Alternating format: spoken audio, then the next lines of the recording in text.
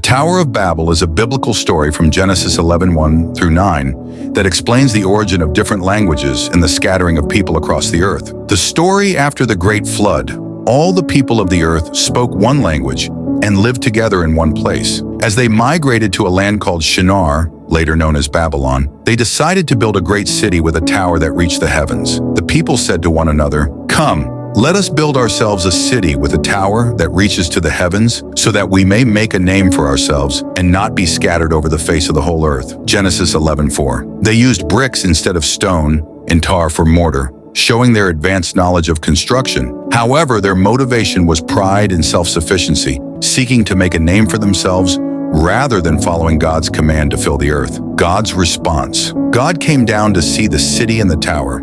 He said, "If as one people speaking the same language they have begun to do this, then nothing they plan to do will be impossible for them." Genesis 11:6. Seeing their pride and disobedience, God confused their language, making it impossible for them to understand one another. This caused great confusion and chaos, forcing them to stop building the city.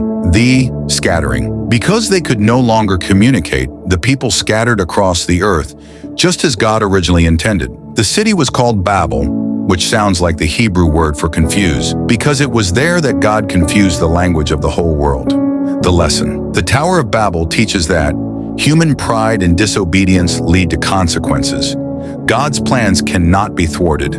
Language diversity and the spread of nations were part of God's design. Like and subscribe.